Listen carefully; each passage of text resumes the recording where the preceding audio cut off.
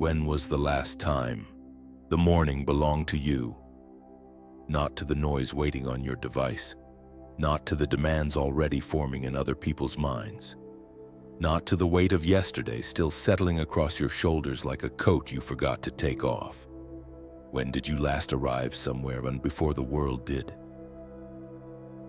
Most of us never ask that question. We wake inside a current that was already moving. We are carried through our days, not steering, not building, simply surviving the speed of everything that arrives before we are ready. And somewhere inside that current, we feel it. A quiet loss. A life lived at the edges of our own story. This is the story of a man who felt that loss so completely that he finally stopped moving long enough to find the door out of it. His name was Kaelen, and the world called him capable, thoughtful, diligent. But Kaelen knew something the world did not. He knew that capability without direction is just motion, and motion without stillness is noise.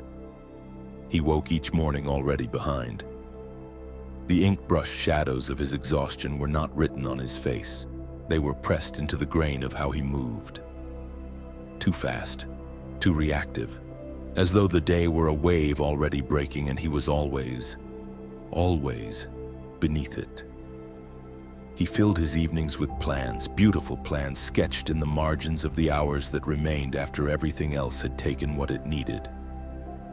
He would begin tomorrow, he told himself. He would find the time, but tomorrow always arrived the same way, too full, too loud. The door he had been looking for, already closed. He was not failing. He was disappearing. And the particular cruelty of disappearing slowly is that no one sounds the alarm, not even the man it is happening to, until the forest path, until the mist, until the monk. It was the hour before dawn when Kaelen walked the forest path. He had not planned to. Sleeplessness had moved him. A restless current he had learned not to resist. And so he walked. And the dark walked with him. And somewhere ahead, a figure sat as still as a question. The monk did not look up. "You carry yesterday with you," the old man said quietly. "I can hear it in your steps." Kaelen stopped. There was no sharpness in the voice, no judgment. Only the particular weight of someone who has sat inside enough silence to recognize everything that silence is not. "I cannot find the time," Kaelen said. It was the most honest thing he had said in months. The monk was quiet for a long moment. Then he reached beside him and lifted a bowl. "Watch," the monk said. He tilted the bowl, just slightly, and in the pre-dawn air the water moved on and spilled. A thin, quiet thread of it disappeared into the earth without ceremony. "This," he said softly, "is a mind that meets the day already in motion." He set the bowl down again, refilled it from a small jar at his feet, and they waited. The mist moved, the dark held, and slowly, the surface of the water became glass. In that glass, faint and gold as a rumor of morning, the outline of the coming sky. "The world wakes at 7, the monk said. "At 8, it is already speaking. By 9, it is shouting. And from that hour until the last light leaves, the wind does not stop." He looked at Kaelen for the first time. "But at 5 in the morning, there is an hour the wind has not yet found." He gestured to the surface of the bowl. "Whatever you pour into stillness settles. Whatever you build in silence holds.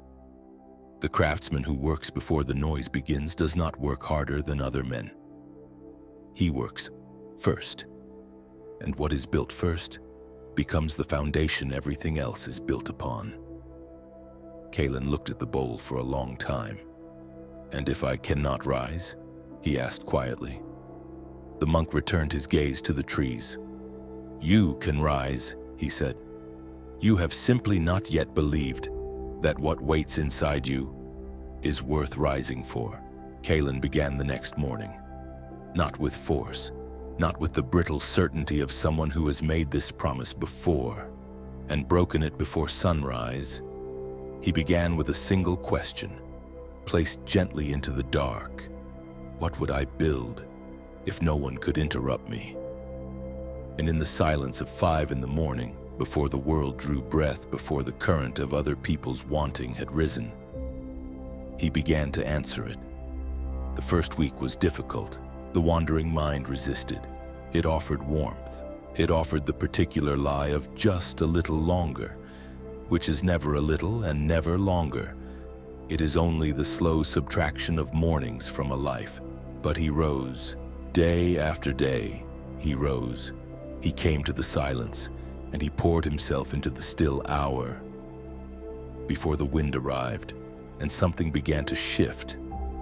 Not his circumstances, not yet, but the texture of his days. The ink-brushed weight that had pressed him backward began slowly to lift. Not because his burdens had changed, but because he was no longer beginning each day already behind them. He was arriving first. He was setting the table before the guests of obligation knocked at the door. By the 30th morning, the hour felt like his. By the 60th, it felt like home. By the 90th, he could not imagine the man he had been before it. He returned to the forest path one morning near the end of his 90th day. The monk was not there, but the stone was, and the stillness was. And something in Kaelen understood that the teacher had never been separate from the lesson. That the silence he had found at 5 in the morning was the same silence the old man carried like light inside a robe. The monk had not given him time. He had given him the one door that opens before the world does. Here is what the masters have always known, what the craftsman shaping clay at first light knows, what the poet who meets the page before the household wakes knows, what every person who has ever built something lasting, something true, something that outlived the noise of the day they built it in, knows. The hour before the world speaks is yours. Not because you earned it, not because you are more disciplined than others or more devoted or more worthy of silence, but because you chose to arrive for it. Success is not a monument. It is not a title or a recognition or a number. It is this: the daily practice of honoring what lives inside you before the world asks anything of you. 5 in the morning is not a punishment. It is a door. And on the other side of that door is the version of you that has been waiting, patient, unhurried, certain for you to finally decide you are worth the rising. The silence is already there. The bowl is already still. Tomorrow morning, the door opens at 5. Will you be the one who walks through it? If this hour calls to you, begin tomorrow. 90 mornings, one silent hour, one life, finally built from the inside out. Subscribe to Vital Tales. The silence is waiting.